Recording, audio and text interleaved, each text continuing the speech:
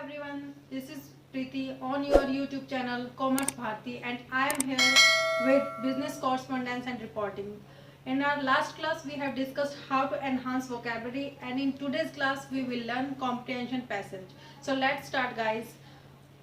Comprehension passage के बारे में जब हम पढ़ रहे हैं तो first of all we have to set up our goals कि हमारे गोल्स क्या हैं कॉम्प्रिहेंशन पैसेज को लेकर।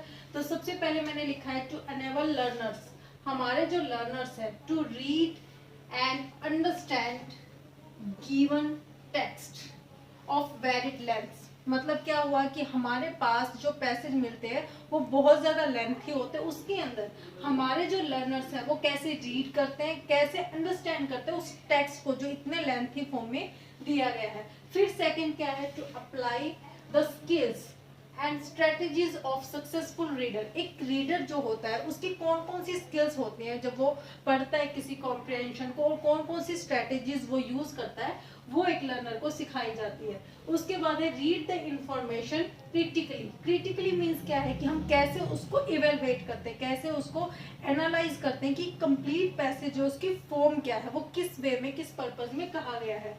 फिर हमारे ऑब्जेक्टिव्स निकल के आते हैं। ये सब तो थे गोल्स जो हम सेट करते हैं कि हमें गेन करने हैं।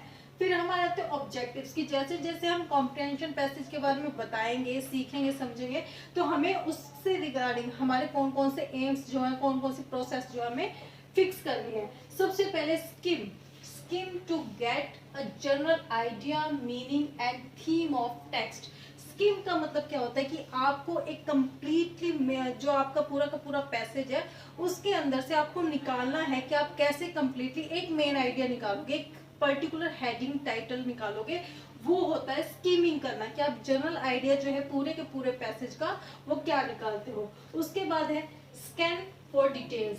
स्कैन का मतलब क्या हुआ कि जो भी इंफॉर्मेशन उसके अंदर दी गई है उसको एनालाइज करना, इवेलुएट करना। एनालाइज और इवेलुएट का मतलब क्या है कि आप कैसे उसका विश्लेषण करते हो, कैसे आप उस चीज की तह तक जाते हो कि कंप्लीटली पैसेज के अंदर कौन कौन सी बात किस फैक्ट के थ्रू बताई गई है, वो होती है आपकी स्कैनिंग।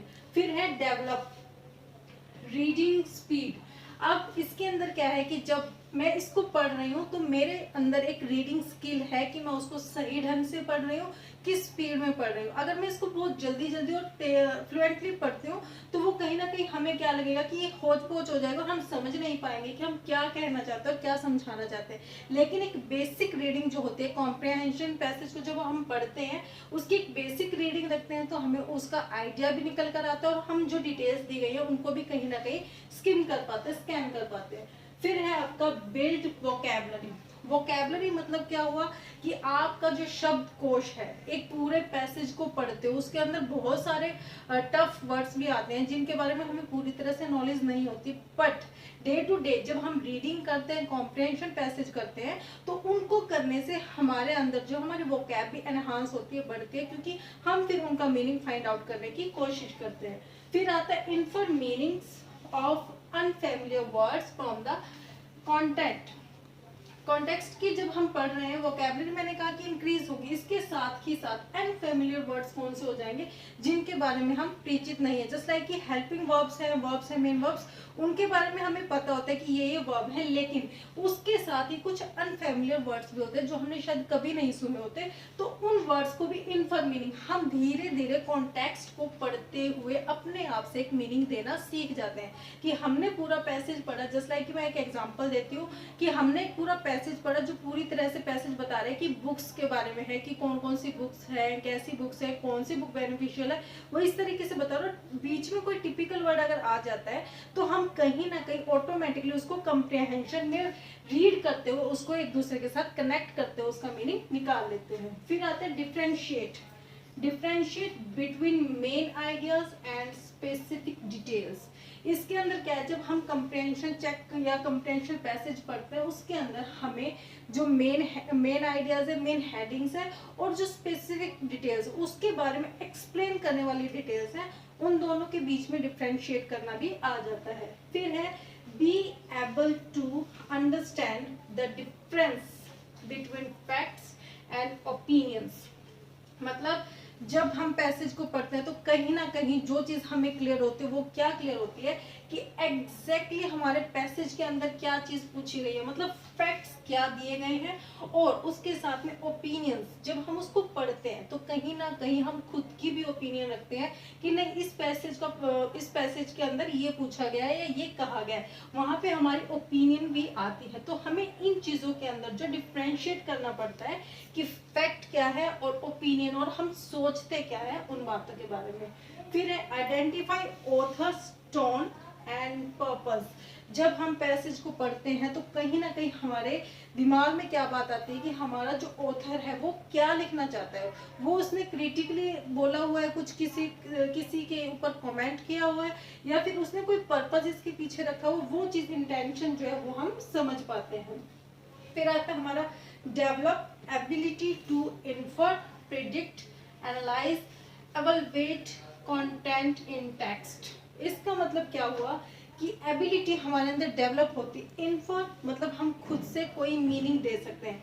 प्रिडिक्ट मीन्स कि मतलब हम जब शुरू में ही पढ़ते हैं हमारे पैसेज को, जब हम 2-4 लाइनें पढ़ लेते हैं तो हमारे माइंड में ये आता है कि कंप्लीटली पैसेज किसके बारे में होगा, कहीं ना कहीं प्रिडिक्ट मतलब क्या होगा कि भविष्यवाणी करने में सफल हो जाते हैं। एनालाइज, हम उसको एनालाइज कर पाते हैं कि इस पर्टिकुलर पैसेज के अंदर ये बात कही गई है, उसको कैसे हमें सामने वाले को बताना है।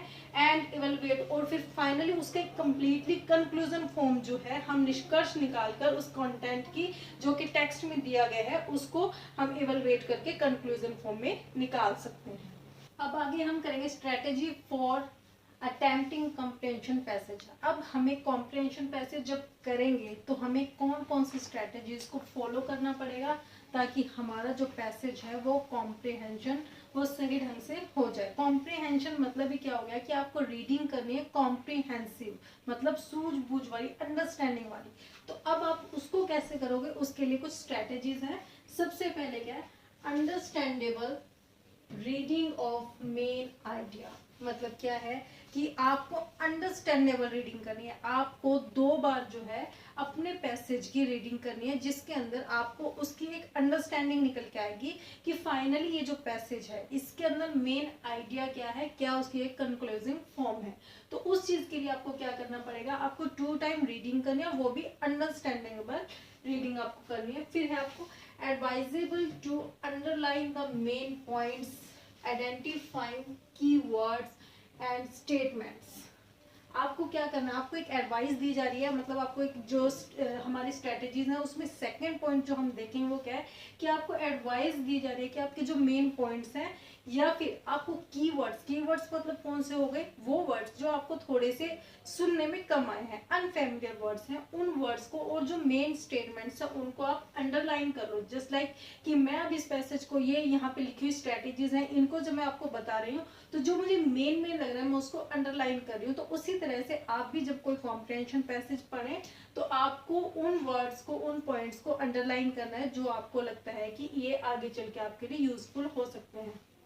फिर आता है scan through all the questions. इसका मतलब क्या हुआ कि जब आप कॉम्प्रिहेंशन पैसेज पढ़ रहे हैं तो साथ में आप एक बार क्वेश्चंस की भी रीडिंग ले लें, जिससे आपको पता चले कि क्वेश्चंस में क्या क्या पूछा गया। और जब आपको पता चलेगा कि आपके क्वेश्चंस में क्या क्या पूछा गया, तो जब आप पैसेज की रीडिंग करोगे तो कहीं ना कहीं आपके माइंड में वो वर्ड्स जो आपने क्वेश्चंस में पढ़े हैं, वो कॉम्प्रिहेंशन पैसेज जो आपके पास दिया गया, उनको पढ़ते हो आपके माइंड में वो शार्प होंगे कि इस क्वेश्चन को आपने कहाँ पढ़ा था और इसके वर्ड्स जो है वो आपको कहाँ पे मिलेंगे पैसेज में।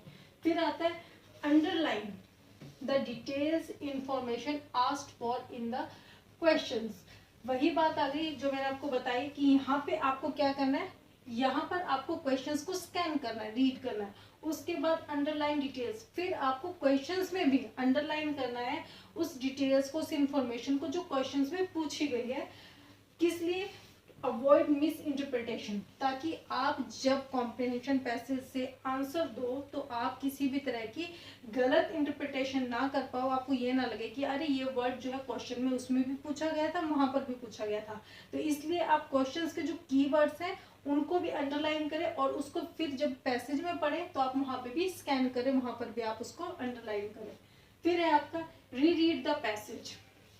रीड द पैसेज, आपको पैसेज को फिर से पढ़ना है। किस लिए पढ़ना है, making the specific information relation to the question. अब आपको पैसेज को दोबारा से रीड करना है, जिसके अंदर आपके पास जो स्पेसिफिक इंफॉर्मेशन है उसकी एक सेंस बनाएंगे। किस किस रिलेशन में बनाएंगे, क्वेश्चन की, कि हमारा क्वेश्चन किस वे में पूछा गया, किस सेंस में पूछा गया, उसको ध्यान में रखते हुए आप एक सेंस बनाएंगे और फिर एक स्पेसिफिक इंफॉर्मेशन निकाल कर पैसेज से उसको राइट डाउन करेंगे। फिर आता है आपका how to tackle the situation of ambiguity of answers. ये सबसे मेन और इम्पोर्टेंट है। जहाँ पे जो मार खाते हैं आजकल बच्चे वो यही है कि आजकल के टाइम में जो कॉम्प्रिहेंशन पैसेज है उसके 4 के 4 आंसर जो होते हैं वो सारे इतने सिमिलर लगते हैं, जस्ट लाइक कि सबके आपको ये लगेगा कि इसका ऑप्शन ए भी हो सकता है, बी भी हो सकता है, सी भी हो सकता है, लेकिन उनमें से एक ही ऑप्शन होता है और थोड़ा थोड़ा डिफरेंस होता है। वो क्यों होता है, अगर आप उस चीज को एक स्ट्रेटेजी से पढ़ोगे समझोगे तो आपको क्लियर हो जाएगा कि बेसिकली जो पूछी गई चीज है वो क्या है। यहाँ पर क्या है, हाउ टू टैकल, आपको सिचुएशन से टैकल करना आना चाहिए जब आपके पास आंसर्स, आपके जो आंसर्स है उनके अंदर एम्बिग्यूटी। एम्बिग्यूटी मतलब क्या होता है, नॉट क्लियर, मतलब वहां पे आपको बात क्लियर नहीं हो रही, वो आंसर्स जो है वो आपको पूरी तरह से क्लियर नहीं हो रहे हैं, क्योंकि सभी आंसर्स जो है वो आपको एक जैसे लग रहे हैं। एम्बिग्यूटी मीन्स हम हिंदी में बोले तो अस्पष्ट, जिनके आंसर्स को लेकर आप अस्पष्ट हो के आपको खुद समझ नहीं आ रहा कि उसको कैसे लिखना है। उस सिचुएशन को टैकल कैसे करना है वो आपको इस तरह से करना है कि आप जो है आप कीवर्ड्स को आइडेंटिफाई करें, उनको अंडरलाइन करें, क्वेश्चंस की रीडिंग लें और क्वेश्चन से रिगार्डिंग इंफॉर्मेशन को आप फिर से पैसेज में रीड करें, तब जाके आप इस सिचुएशन को टैकल कर सकते हो जहां पे क्वेश्चंस के अंदर एम्बिग्यूटी है। फिर आता है प्रॉब्लम ऑफ फीलिंग।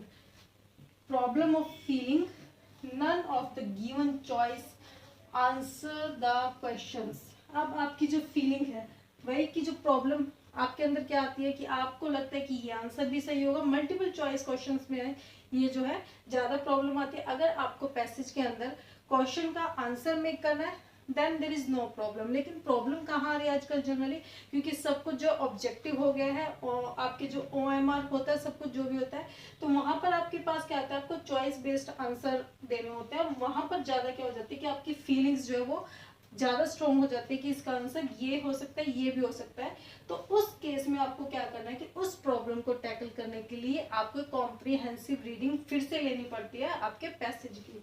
फिर आता है finally review before you move on to the next question.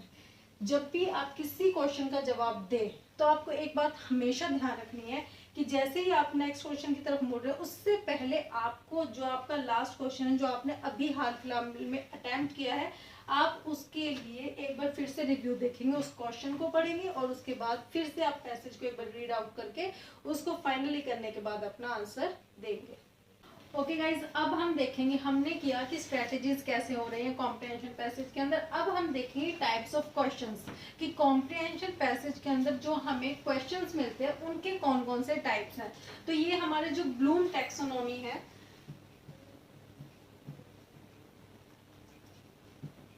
Blooms taxonomy,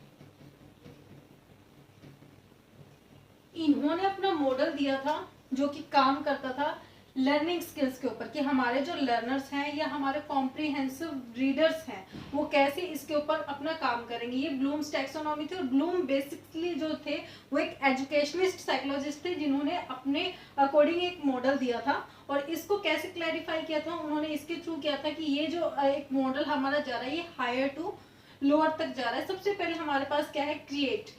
हम जब कॉम्प्रिहेंशन चेक पढ़ते हैं या कोई भी पैसेज हमारे पास होता है तो टाइप्स ऑफ क्वेश्चन में हम क्या देखते हैं कि comprehensive passage attempt to students reading skills, कि रीडिंग स्किल्स वो चेकआउट करता है and ability to recall. Recall means क्या आ गया यहाँ पर, हमारे पास है रिमेंबर। उसके बाद रिमेंबर के बाद क्या, अंडरस्टैंड। अंडरस्टैंड में क्या है हमारा सेकेंड पार्ट। फिर अप्लाई। अप्लाई हमारे पास यहाँ थर्ड मॉडल के अंदर ही हम यहाँ पे इसको थर्ड नंबर पे क्लासिफाई करें। उसके बाद एनालाइज, इवेलुएट। एनालाइज हमारा हो रहा है, इवेलुएट होगा एंड क्रिएट कंटेंट, जिसके अंदर हमारा क्या होगा कि मेन आइडिया जो है वो निकल कर यहाँ पर आएगा। अब उसके लिए मैं अब यहाँ पे आपको इसको क्लियर करती हूँ कि हम सबसे पहले रिमेंबर अंडरस्टैंड कैसे करते हैं। कि सबसे पहले हम रिकॉल या रिमेंबर, जब हम किसी कॉम्प्रिहेंसिव पैसेज को 2 बार 3 बार रीडिंग करते हैं तो क्या होता है, recall facts and basic concepts, कि हम सबसे पहले जो फैक्ट्स को बार बार यूज किया जा रहा है और बेसिक कॉन्सेप्ट क्या है कॉम्प्रिहेंसिव पैसेज के जो हम पढ़ रहे हैं वो बार बार रिमेंबर होते हैं, रिकॉल होते हैं और अपने माइंड में सेटअप होते हैं। फिर अंडरस्टैंड, जब हम उसको 1 2 3 टाइम्स जब उसको रीडिंग कर लेते हैं तो उसके बाद एक अंडरस्टैंड लेवल जो है हमारा एस्टेब्लिश हो जाता है, जिसके अंदर हम एक्सप्लेन आइडियाज और कॉन्सेप्ट, फिर हम उस आइडियाज या कॉन्सेप्ट को एक्सप्लेन कर सकते हैं, क्लियर कर सकते हैं जब हम अपने क्वेश्चंस को अटेम्प्ट करेंगे, आंसर राइट अप करेंगे तब। फिर apply, use information in new situations, फिर जब हमारे पास जो हमारा कॉम्प्रिहेंशन पैसेज है उसके अंदर कौन से आइडियाज और कॉन्सेप्ट हमने एक्सप्लेन किए हैं वो अगर हमें लग रहे हैं कि वो सही है, जब हमें वो पता चलता है कि एक नया आइडिया हमारे माइंड में, नया कॉन्सेप्ट आया, तो हम उसको डे टू डे अपनी रियल लाइफ में भी यूज कर सकते हैं। जस्ट लाइक कि कोई पैसेज है वो एक बेसिकली फॉर्म है और उसके अंदर जो है कुछ बातें ऐसी है जो हमारी जनरल फॉर्मेशन में काम में लाई जाती हैं, तो हम उन जो हमारी वोकैब भी हो सकती है, वो सेंटेंस भी हो सकते हैं, हम उनको अप्लाई कर सकते हैं इंफॉर्मेशन को न्यू सिचुएशन के अंदर। फिर है एनालाइज, यहाँ पे क्या हुआ, ड्रॉ कनेक्शंस अमंग आइडियाज, की मतलब जो आइडियाज है उनके बीच में आपको तालमेल बिठाना है। मतलब एनालाइज करना क्या है कि आपके पास जो कॉम्प्रिहेंशन पैसेज है उसके अंदर आपको ये चेक करना है कि जस्ट लाइक यहाँ पे जब मैं आपको बता रही हूँ, मैं स्टेप बाय स्टेप इसको बता रही हूँ, तो मतलब एनालाइज कर रही हूँ कि इस सबको कनेक्टेड करते हुए मैं आपको एक्सप्लेन कर रही हूँ। ऐसा नहीं है कि मैं यहाँ से मैंने पहले इसको बताया फिर इसको बता दिया, ऐसे नहीं, इसको मैंने कनेक्टेड करते हुए, मतलब मैंने इन आइडियाज को, इन बातों को, इन फैक्ट्स को, कॉन्सेप्ट को कनेक्टेड करते हुए आपको एक्सप्लेन कर रही हूँ। फिर है हमारा इवेलुएट, इवेलुएट में क्या है, जस्टिफाई अ स्टैंड और डिसीजन। इसके अंदर क्या है कि फाइनली जब आप अपने एक फॉर्मेशन करते हो, रिकॉल कर लेते हो, अंडरस्टैंड करते हो, अप्लाई कर लेते हो, एनालाइज करते हो, फिर जब आप क्वेश्चन को आंसर राइट अप करोगे तो कहीं ना कहीं आप एक स्टैंड, मतलब एक डिसीजन लेके जब आंसर लिखोगे तो कहीं ना कहीं आपके अंदर एक कॉन्फिडेंस होगा। एक कॉन्फिडेंस लेवल इस लेवल का होगा कि आपको ये पता होगा कि मेरा जो आंसर आया है कॉम्प्रिहेंसिव पैसेज का वो बिल्कुल सही है, इसमें मेरा कोई मार्क्स कहीं कट नहीं हो सकता। फिर एक क्रिएट प्रोड्यूस न्यू और ओरिजिनल वर्क, इसके अंदर क्या है कि जब आप मेन आइडियाज और ओरिजिनल वर्क, मतलब जो टाइटल होता है, अगर आपको आपके पैसेज का टाइटल समझ में आ गया कि इसमें क्या है, कौन सा टाइटल इसका बनता है, तो एक क्वेश्चन तो आपका यही हो जाता है कि आपका जो यहाँ पे पैसेज दिया गया उसका टाइटल या मेन हेडिंग क्या होगी, तो आप उसको क्रिएट कर सकते हो जब आप उसको रिमेम्बर या रिकॉल बार बार करते हो। तो ये था एक ब्लूम टैक्सोनॉमी जो सिर्फ आपकी कॉम्प्रिहेंशन स्किल्स के ऊपर ही काम नहीं करता बल्कि साथ के साथ काम करता है आपकी और लर्निंग स्किल्स, मतलब आपकी जो लर्निंग स्किल्स होती हैं कॉम्प्रिहेंसिव पैसेजेस को छोड़कर भी बाकी जो स्किल्स हैं वो भी आपकी इसी मॉडल के ऊपर काम करती हैं। फिर मैं इसको यहाँ पे एक्सप्लेन करते हुए आपको पैसेज के अकॉर्डिंग बताती हूँ कि कैसे कहाँ पर ये मॉडल जो है वो यूज होता है। सबसे पहले asking specific details from the content body of the passage, जब पैसेज के अंदर आपसे स्पेसिफिक डिटेल्स पूछी जाती है तो वहां पे एक मॉडल, इस मॉडल का कौन सा फैक्ट काम कर रहा है, रिमेंबर, मतलब वो आपसे ये पूछना चाह रहा है कि इसके अंदर, इस पैसेज के अंदर कौन सी स्पेसिफिक डिटेल थी जो आपको इस आंसर का जवाब देने के लिए बतानी है, तो आपको वो रिमेंबर, रिकॉल करना है यहाँ पर क्योंकि आपने उस कॉम्प्रिहेंसिव पैसेज की रीडिंग की है। उसके बाद आप अंडरस्टैंड भी करेंगे कि आपने यहाँ पे अंडरस्टैंड करने के बाद उसका जवाब फाइनली क्या दिया। फिर है determining the meaning of words and phrases, इसका मतलब क्या है कि जब आपके पैसेज के अंदर बहुत सारे वर्ड्स और फ्रेजेस ऐसे होते हैं जिनके आपको मीनिंग को डिटरमाइन करना होता है कि इसका मीनिंग क्या निकलेगा, तो फिर वहां पे आप क्या करोगे कि उस लेवल पे आपके इस मॉडल के कौन सा फैक्ट काम करेगा, आपका अंडरस्टैंड एंड अप्लाई, मतलब आपने डिटरमाइन कर दिया मीनिंग, मीनिंग कैसे निकाला, कॉम्प्रिहेंशन को आपने पढ़ा, अंडरस्टैंड किया, मतलब उस चीज को आपने समझा। फिर अप्लाई, सपोज कि कोई फ्रेज, वर्ड या इडियम कुछ ऐसा मिला जो आप डेली बेस में यूज करते हो, तो आप उसको बार बार अप्लाई करके ये स्टेप जो है अपनी रूटीन न्यू लाइफ में भी लेकर आ सकते हो। फिर उसके बाद है ड्रॉइंग इन्फ्रेंसेस एंड कंक्लूजन्स, यहाँ पे इन्फ्रेंसिस मतलब क्या होता है? इन्फ्रेंसिस होता है सेटअप न्यू एग्जाम्पल्स, मतलब आपको एग्जाम्पल्स देके सेट करना होता है कि आपको पूरा कॉम्प्रिहेंशन पैसेज जो है किस फॉर्म में समझ में आया। तो यहाँ पे कौन सी चीज काम करती है? Analyse and evaluate. मतलब क्या है कि आप जब इन्फ्रेंसिस एंड कंक्लूजन, मतलब जब आप बार बार कॉम्प्रिहेंशन पैसेज की रीडिंग करते हो तो आपको ये चीज पता है कि कौन से फैक्ट को कब किसके साथ कनेक्ट करना है। मैंने आपको एनालाइज में बताया था कि आप कनेक्शन, मतलब आइडियाज के अंदर, सेंटेंस के अंदर या आपकी जो भी सिचुएशन है उनके अंदर कनेक्शन डालेंगे। तो यहाँ पे जब इन्फ्रेंसिस है, कंक्लूजन है, उनको आप एनालाइज कैसे करोगे? कनेक्टेड करते हुए और इवेलुएट, और फिर फाइनली एक स्टैंड और डिसीजन आप लेंगे कि आपका आंसर क्या होगा और आपको कैसे वो अप्लाई करना है। फिर है identifying the tone of speaker, author and passage. इसके अंदर क्या है कि आपको जो पैसेज है उसके अंदर आपका स्पीकर क्या बोल रहा है, ऑथर क्या बोलना चाहता है, ये पर्टिकुलर पूरा पैसेज ही क्या बोलना चाहता है। जस्ट लाइक कि बहुत सारे पैसेज ऐसे भी होते हैं जिसके ऑथर और राइटर के बारे में कुछ एक्सप्लेन नहीं होता, बट पैसेज क्या बोल रहा है उस चीज को हमें जानना होता है। तो हम क्या करते हैं, कौन सी स्किल यहाँ पे काम कर रही है? हमारी यहाँ पे काम करता है इवेलुएशन, मतलब इवेलुएट करते हैं, उसके लिए हम एक स्टैंड लेते हैं, उसको जस्टिफाई करते हैं अकॉर्डिंग टू डिसीजन की, मतलब हमारा डिसीजन उसको पढ़ने के बाद क्या निकलता है। फिर है आपका main idea, theme of the passage. जब आपको पैसेज का एक थीम निकाला तो नेचुरल बात है कि आप क्या करेंगे? अंडरस्टैंड करेंगे। तो यहाँ पे कौन कौन से कॉन्सेप्ट काम करेंगे? आपकी अंडरस्टैंड किया आपने, रीडिंग की उसकी, आपको समझ में आया कि अब फाइनली इस पूरे पैसेज का क्या हेडिंग निकलेगी, तो वहां पे आपने अंडरस्टैंड किया।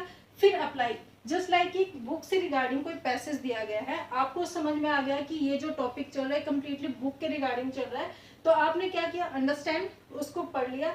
उसके बाद अप्लाई क्या करते हो कि बार बार जब अगर बुक से रिगार्डिंग कोई बात आती है तो आप ये बात क्लियर हो जाती है कि यहाँ पे बुक से रिगार्डिंग, यहाँ पे अगर इट वगैरह कुछ प्रोनाउंस यूज होते हैं तो आपको पता है कि एक पर्टिकुलर बुक के लिए यूज हुआ है, अप्लाई बार बार हुआ है। फिर है आपका इवेलुएट, और फाइनली आप क्या कर लेते हो? इवेलुएट करते हो। कैसे?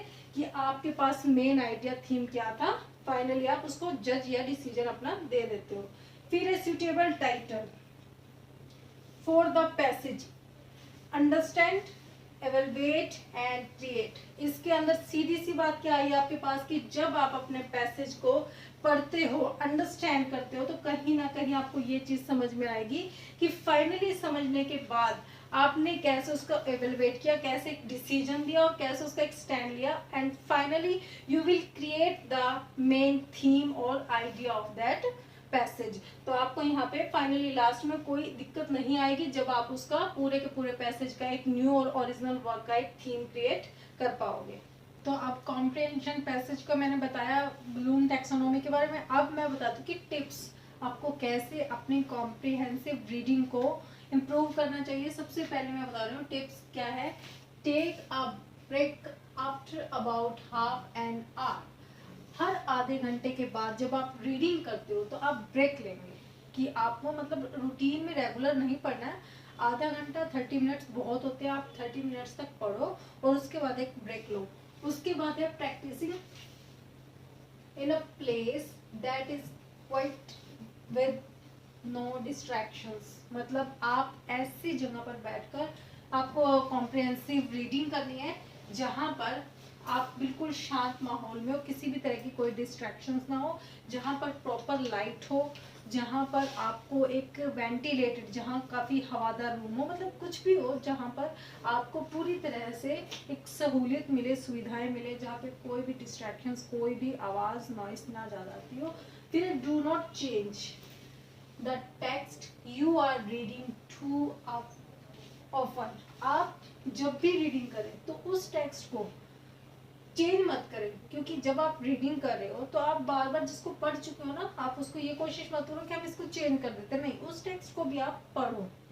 जस्ट लाइक कि आप पढ़ रहे हो और आपको लगता है कि ये चीज़ मैं 2-3 बार पढ़ चुका हूँ, तो उसको फिर से रीडिंग, जब आप उसको कंप्लीट रीडिंग करो तो आप उसको फिर से रीडिंग करेंगे, ये नहीं, ये सोचकर नहीं छोड़ेंगे कि कहीं आप दोबारा रीडिंग करने में टाइम वेस्ट कर रहे हो। जी नहीं, आपको उसकी कंप्लीट रीडिंग लेनी है। उसके बाद में make sure your speed reading is not hampering your understanding of the text।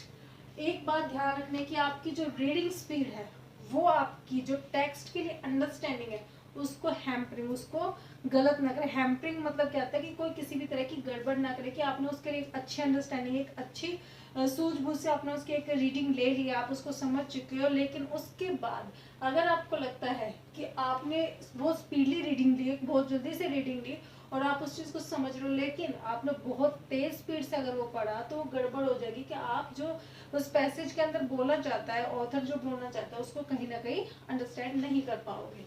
फिर उसके बाद है a fresh mind and ability to concentrate is a prerequisite for reading important texts। इसका मतलब क्या हुआ कि एक फ्रेश माइंड, मतलब आप कभी भी पढ़ सकते हैं, वो मॉर्निंग में हो या इवनिंग में, लेकिन आपका माइंड फ्रेश होना चाहिए बिल्कुल। और एबिलिटी टू कॉन्सेंट्रेट, और जब आप कॉन्सेंट्रेट करने के लिए एबिलिटी आपके अंदर हो, तो आप ये जो पहली आवश्यकता वो क्या है, a fresh mind and ability to concentrate. मतलब अगर आपके सामने ये दोनों चीज है तो आपकी जो रीडिंग पावर है वो बहुत ज्यादा अच्छी से हो जाएगी। लेकिन अगर आपने दोनों ही तरह से, मतलब आपका फ्रेश माइंड है, आप थके हुए हो और फिर आप कोई कॉम्प्रिहेंसिव पैसेज करते हो, तो आप कहीं ना कहीं उसको अच्छे से नहीं कर पाओगे। और उसी तरह से अगर आपके अंदर एबिलिटी टू कॉन्सेंट्रेट नहीं है, मतलब आप कंसंट्रेशन ही नहीं कर पा रहे, तो कहीं ना कहीं आप उस चीज को अच्छे से नहीं कर पाओगे। तो आपको जो चीज ध्यान रखनी है रीडिंग करते हुए, कुछ जो स्टूडेंट्स होते हैं, कुछ जो गाइस होते हैं, वो क्या होते हैं उनके केस में, कि कुछ लोगों को सुबह पढ़ना पसंद होता है, उनकी कंसंट्रेशन पावर जो होती है वो सुबह अच्छी होती है, और कुछ को शाम को पढ़ना पसंद होता है नाइट में, और उनकी कंसंट्रेशन पावर जो उस टाइम पे काफ़ी अच्छी होती है। तो ये थे टिप्स, जो मेनली टिप्स थे वो, फर्स्ट ऑफ ऑल जो टिप्स था वो ये था कि आप जो हर 30 मिनट के बाद जो है ब्रेक लेंगे। सेकंड, आप ऐसी जगह पर बैठकर पढ़ेंगे जहाँ पे कोई डिस्ट्रैक्शंस नहीं होगा, वो एक वेंटिलेटेड रूम होगा, हवादार रूम होगा, पूरी तरह से वहाँ पे लाइट अच्छे से होगी। और उसके बाद कोई भी आप टेक्स्ट जो भी पढ़ रहे हैं आप उसको चेंज नहीं करेंगे, मिस इंटरप्रिटेशन बिल्कुल नहीं होनी चाहिए उसके अंदर। फिर जब आप पढ़ते हो, रीडिंग करते हो, तो आपकी स्पीड इतनी नॉर्मल होनी चाहिए कि जब आप टेक्स्ट को अंडरस्टैंड कर पाओ। लेकिन अगर आपने स्पीड तेज रखी तो कहीं ना कहीं आपकी अंडरस्टैंडिंग के अंदर क्या आ जाएगी, हैम्परिंग, मतलब कुछ गड़बड़ हो जाएगी। और उसके बाद एक फ्रेश माइंड जो है, फ्रेश माइंड होना चाहिए जब भी आप कॉम्प्रिहेंसिव रीडिंग करते हो, और आपके अंदर कंसंट्रेशन की एक एबिलिटी, जो एबिलिटी पावर जो है वो होनी चाहिए। फिर है आपका वोकैबुलरी एनहांसमेंट। अब इसके साथ के साथ जस्ट लाइक कि हमने कॉम्प्रिहेंसिव तो पढ़ा, और हमारा लास्ट चैप्टर में हमने पढ़ा था कि वोकैब को कैसे एनहांस किया जाए।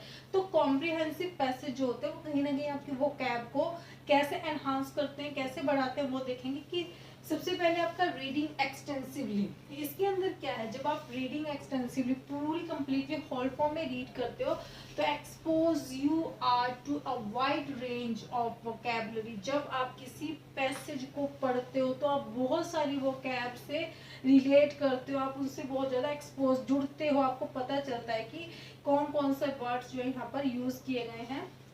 उसके बाद है यूज अ डिक्शनरी और thesaurus to look up meaning of new words. जब आप नए वर्ड्स को जानने के लिए डिक्शनरी यूज करते हो और आप डिफरेंट डिफरेंट बुक्स में से कहीं से भी उनके मीनिंग्स निकाल के उनको याद करने की कोशिश करते हो, तो कहीं ना कहीं आपकी वोकैब जो है वो स्ट्रॉन्ग होती है। फिर है आपका read material that interest you. आपको वो मटेरियल जरूर पढ़ना चाहिए जिसमें आप इंटरेस्ट लेते हैं। जस्ट लाइक कि आप जो पढ़ते हैं उसके अंदर आपको ये होना चाहिए कि आपने कहाँ पे, जस्ट लाइक कि अगर आप सीए कर रहे हैं तो सीए से रिगार्डिंग आप जो है वो कैब को पढ़ेंगे, मतलब उसके जो पैसेज है रिगार्डिंग वो पैसेज पढ़ेंगे, आपको वो सब पढ़ना चाहिए। फिर है learn groups of words that come together. आपको वो वर्ड सीखने चाहिए जो साथ आते हैं, जस्ट लाइक कि फ्लॉक ऑफ शिप। यहाँ पे ये क्या है, ईडियम है। इस तरह से जो ईडियम्स होते हैं आपको ये ईडियम भी याद करने चाहिए जहाँ पे आपके वर्ड्स जो है वो साथ आते हैं। उसके बाद है memorise those words where you will see them frequently. जहाँ पर आपको वो वर्ड्स भी लर्न करने चाहिए जो आपको बार बार बार बार नजर आते हैं, देखने में आते हैं, तो आपको उन वर्ड्स को जो बार बार आते हैं वो कहीं ना कहीं वैसे ही याद हो जाते हैं, और आप उनको मेमोराइज करेंगे और उसको अप्लाई करेंगे तो भी आपके लिए काफी बेनिफिशियल रहेगा। उसके बाद है make association with the words which you will always recall. हमेशा उन वर्ड्स के साथ एसोसिएशन करो जिनको आप हमेशा याद रखना चाहते हो। कि मतलब आप जब भी किसी भी चीज़ को याद रखना चाहते हो तो आप उसकी कहीं ना कहीं एसोसिएशन कर लो। जस्ट लाइक कि जो मेरा कम्युनिकेशन का जो लेक्चर था उसके अंदर मैंने आपको so many examples I have used in it, मैंने बहुत सारे एग्जाम्पल्स को यूज़ किया था और उससे एसोसिएशन से आप वो सब जो है आपको याद हो गया था। तो इसी तरीके से जो वर्ड्स आप याद करना चाहते हो, रिकॉल करना चाहते हो, आप जो है उनको किसी ना किसी चीज़ से एसोसिएट करें। फिर यूज सम निमोनिक्स। निमोनिक्स क्या होते हैं? जस्ट लाइक कि आपने जीके के लिए अगर याद करते हो तो कंप्लीट सेंटेंस याद करते हो और सेंटेंस से अलग अलग कोई ना कोई पैटर्न जो है याद हो जाता है। तो निमोनिक्स क्या होते हैं? अ सिस्टम, एक system such as pattern of letters. Letters का एक पैटर्न हो सकता है, ideas, association which assists in remembering something. मतलब क्या है कि इसके अंदर निमोनिक्स क्या होता है? एक सिस्टम या pattern of letters. Pattern of letters होता है जिसके अंदर आइडियाज होते हैं जो आपको हेल्प करते हैं किस चीज में? किसी भी चीज को याद करने में। जस्ट लाइक कि अगर आपको डिस्ट्रिक्ट नेम याद करना है तो उसके लिए भी एक पर्टिकुलर सेंटेंस आप अपने आप से बनाकर उसको हमेशा के लिए याद रख सकते हो। फिर लास्ट वन है डेडिकेशन एंड परसेवरेंस। इसके अंदर क्या है कि जो भी कोई रीडर जो है कॉम्प्रिहेंसिव पैसेज को करना चाहता है, जो रीडर है उसके अंदर एक डेडिकेशन होनी चाहिए, दृढ़ निश्चयता होनी चाहिए कि उसको फाइनली जो है इसके ऊपर ग्रास्प पानी है। क्योंकि आपको पता है कि कॉम्प्रिहेंशन पैसेज के लिए जनरली होता क्या है कि स्टूडेंट्स के माइंड में एक बार सेट होते हैं कि इसके अंदर तो हमारे मार्क्स इजीली हो जाएंगे, लेकिन जैसा कि कॉम्पिटिटिव एग्जाम बढ़ते जा रहे हैं और जो कंपटीशन है वो इतना ज़्यादा बढ़ता जा रहा है, तो उस केस में हमारे पास जो कॉम्प्रिहेंसिव पैसेज है वो बहुत ज़्यादा डिटेल्स में या बहुत ज़्यादा टफ लेवल पर पहुंच गए हैं। तो इसको इतना इजी वे में लेना भी ठीक नहीं है। तो आप जो है इस तरह से सारी की सारी बेसिक कॉन्सेप्ट के साथ, क्लैरिटी के साथ, टिप्स को यूज़ करते हुए और अपनी वोकैब को एनहेंस करते हुए जब आप कॉम्प्रिहेंसिव पैसेज करेंगे तो मेक श्योर कि आपके कॉम्प्रिहेंसिव पैसेज से किसी भी तरह के मार्क्स कटने की कोई भी उम्मीद नहीं रहेगी। और इसी के साथ आज के लिए इतना ही। Thank you so much.